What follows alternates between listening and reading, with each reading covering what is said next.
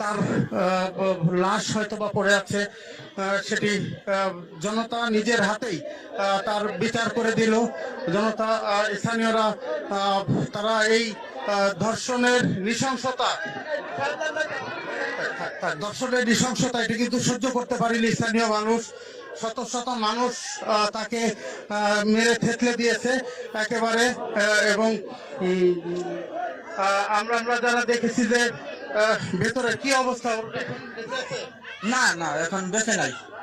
না না, একবার এই তো মনে করছেন খুব জঘন্য একটা অন্যায় করছে। সে মনে করে একটা বাচ্চা শিশু, তার হাতে কোনো হিংসা থাকতে পারে না। এই জানোয়ারটা সেই শিশু ডালে এমন ভাবে হত্যা করছে, তা পাবলিকে সহ্য করতে পারে না। এই কারণে তারে একবার বিদায় করে দেওয়া হইল। এরকম যাতে আর কেউ না করে, সেটা করে দেওয়া হইলো রে।